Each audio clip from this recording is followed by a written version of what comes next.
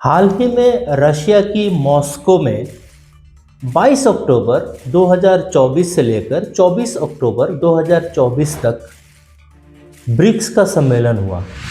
BRICS देशों का summit Moscow में हुआ।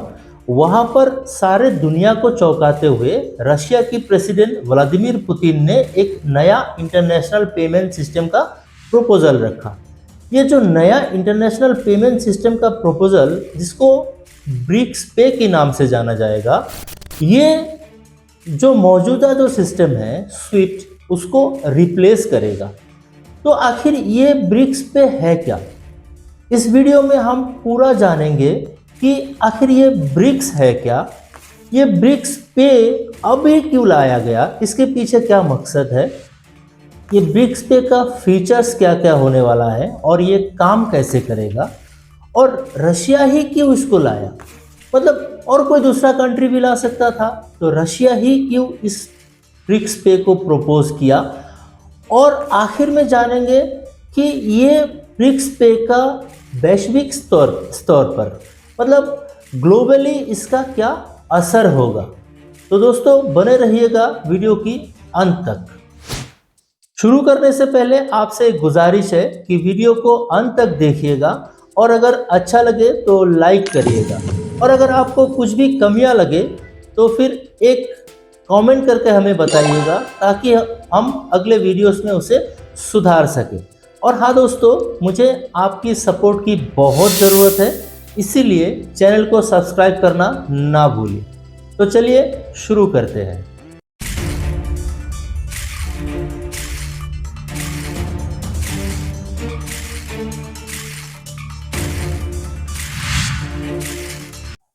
नमस्कार दोस्तों, मेरा नाम फारूक अब्दुल्ला है और आप सबको मेरी चैनल अंधभक्त पर स्वागत है। तो दोस्तों सबसे पहले हम जानेंगे कि ये ब्रिक्स आखिर है क्या, ये ब्रिक्स क्या है और इसका हिस्ट्री क्या है। तो 2009 की 16 जून को रशिया की यकेतेरिनबर्ग में 4 देश, ब्राज़ील, रशिया, इंडिया और चाइना मिलके एक संस्था बनाते हैं, एक संगठन बनाते हैं, जिसका नाम वो ब्रिक रखते हैं। ब्रिक जैसे कि ब्राजील का बी, रशिया का आर, चाइना का सी, इंडिया का आई, ऐसा करके वो ब्रिक रखते हैं। लेकिन अगले ही साल 2010 में साउथ अफ्रीका आके यहाँ ज्वाइन कर लेता है। तो साउथ अफ्रीका का एस आके 2010 से ये जो देशों का जो समूह, इसका नाम ब्रिक्स हो जाता है। ब्रिक्स का जो हेडक्वार्टर है वो शंघाई, चाइना में है। अगर हम ब्रिक्स देशों का इंपॉर्टेंस देखें तो दोस्तों ये बहुत ही इंपॉर्टेंट एक देशों का समूह है, जो कि सारे वर्ल्ड का जो इकोनॉमी है वो 45% उस इकोनॉमी का ये देशों के पास है। मतलब सारे वर्ल्ड का जो इकोनॉमी है उसका 45% इन देशों के, ब्रिक्स देशों के पास है। और सारे वर्ल्ड का जो जीडीपी है उसका 35%, लगभग 35% इन देशों का है। तो ये एक बहुत ही इंपॉर्टेंट एक ग्रुप है, एक इंपॉर्टेंट एक संस्था है। अगर इसकी सिग्निफिकेंस हम देखेंगे तो यहाँ पर आपको कोई भी वेस्टर्न कंट्रीज नजर नहीं आएगा। तो क्योंकि यहाँ पे कोई वेस्टर्न कंट्रीज नहीं है, इसीलिए वेस्टर्न डोमिनेंस जिसे कहा जाता है कि वेस्टर्न कंट्रीज, पश्चिमी देश सब पर डोमिनेट कर रहा है, सब पर दबदबा बना रहा है, ये चीज भी यहाँ पर नहीं है। इसको आप ऐसे भी देख सकते हैं कि ये एक ईस्टर्न देशों की एक समूह है, पूर्वी देशों की एक समूह है, जिसमें वेस्टर्न कंट्रीज नहीं है। तो दोस्तों अब देखते हैं ब्रिक्स पे को क्यों लाया गया, क्या इसका एम्स रखा गया, लक्ष्य क्या है, क्यों इसको अभी लाया गया। तो सबसे पहले तो जो वेस्टर्न डोमिनेंस है इंटरनेशनल पेमेंट सिस्टम्स में, जो वेस्टर्न डोमिनेंस है, स्विफ्ट जो सिस्टम अभी मौजूदा सिस्टम जो चल रहा है, उसमें वेस्टर्न डोमिनेंस या फिर आप यूं कहें कि अमेरिका की जो एक दबदबा है उसको खत्म करने के लिए इस पेमेंट सिस्टम को अभी लाया गया है।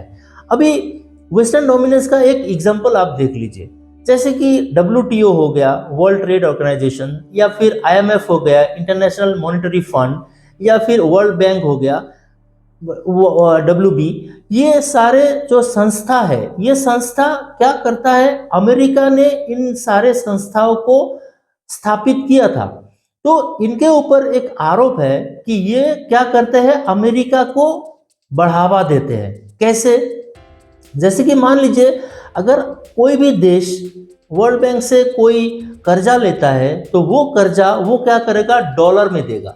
अगर वो डॉलर में देगा तो इसका क्या मतलब हुआ, आप उस डॉलर को कन्वर्ट करने के लिए आप अमेरिका के पास जाना पड़ेगा। तो यहाँ पर अमेरिका के जो इकोनॉमी है उसको फायदा पहुंचता है। ये दूसरा लक्ष्य यहाँ पे रखा गया है कि जो इंटरनेशनल ऑर्गेनाइजेशंस है उसमें जो अमेरिकन डोमिनेंस है उसको खत्म करना है। तीसरी जो सबसे इम्पोर्टेंट कहा गया है वो है कि सारे विश्व का जो डॉलराइजेशन हो रहा है उसको खत्म करना है। एक तरह से आप ये बोल सकते हैं कि अमेरिका को एक करारा जवाब देने के लिए ये ब्रिक्स पे लाया गया है। मतलब अमेरिका की जो इकोनॉमी है उसके ऊपर एक करारा एक चोट होगा ये। अब समझते हैं कि ये ब्रिक्स पे का फीचर्स क्या क्या होगा, ये काम कैसे करेगा, ये जो मौजूदा जो सिस्टम है स्विफ्ट, इससे बेहतर होगा या फिर इससे कमज़ोर होगा, इसको थोड़ा ध्यान से समझिएगा। सबसे पहले तो ये जो ब्रिक्स पे होगा ये ब्लॉकचेन पे आधारित होगा।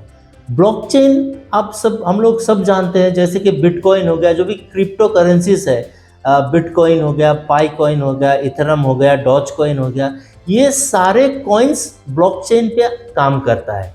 तो इसको भी ब्लॉकचेन के ऊपर ही आधारित, उसके जो टेक्नोलॉजी है उसी के टेक्नोलॉजी पर ही ये ब्रिक्स पे आधारित होगा।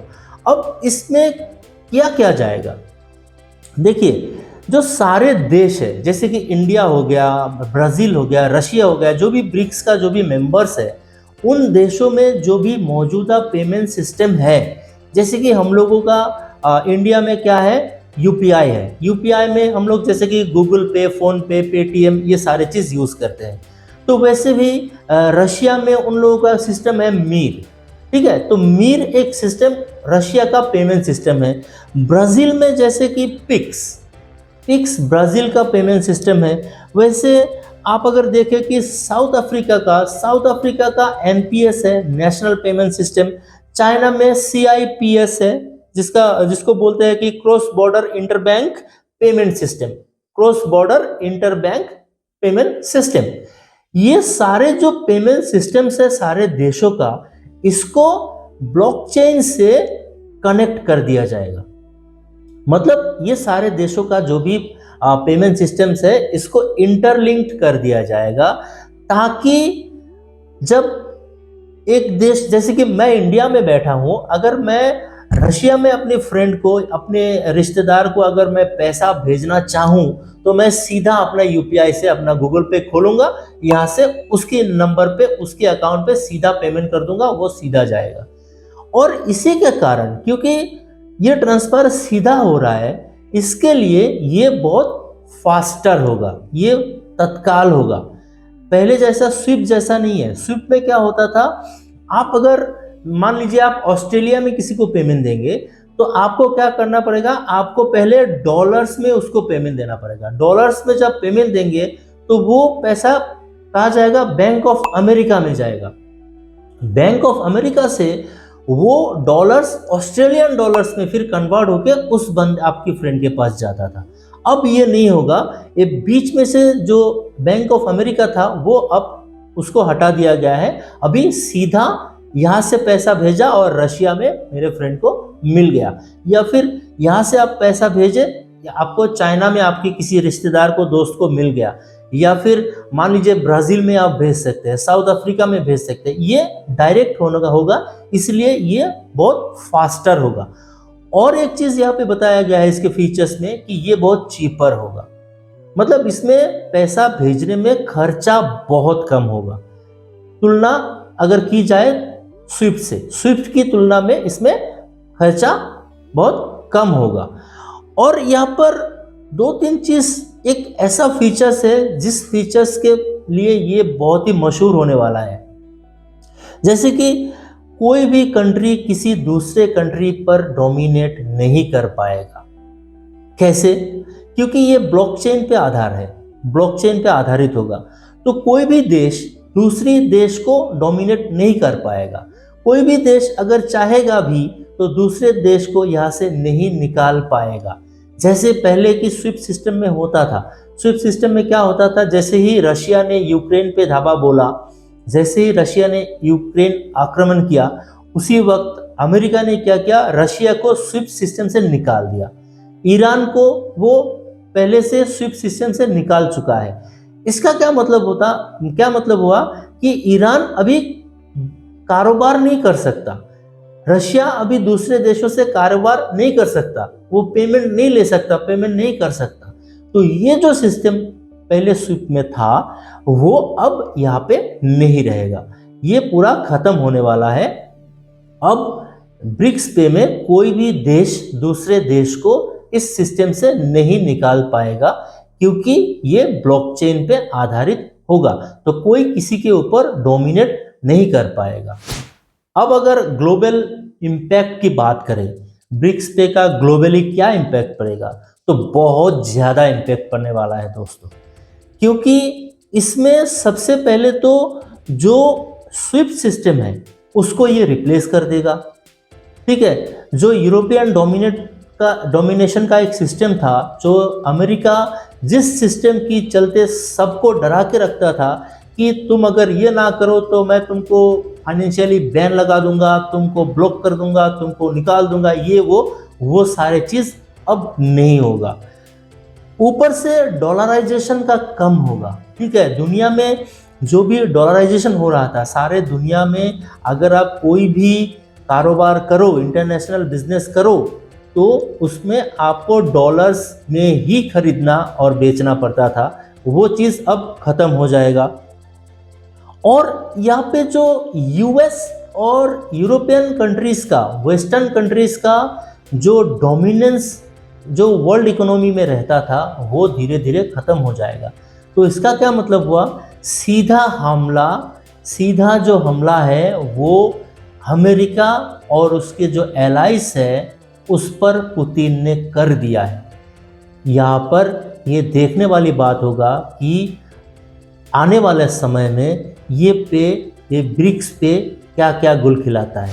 तो दोस्तों, उम्मीद करता हूँ कि आज की वीडियो आपको अच्छा लगा होगा, ब्रिक्स पे आपको समझ में आ गई होगी। अगर आपको कुछ भी समझ में नहीं आया हो या फिर कुछ भी कमियां लगी हो तो एक कमेंट करके हमें ज़रूर बताइएगा, ताकि अगले वीडियोस में मैं उसे सुधार सकूं। और अगर वीडियो अच्छा लगा हो तो लाइक ज़रूर करिएगा और चैनल को सब्सक्राइब करना ना भूलिएगा। मिलते हैं अगले वीडियोस में, तब तक सब लोग खुश रहे, आबाद रहे। नमस्कार।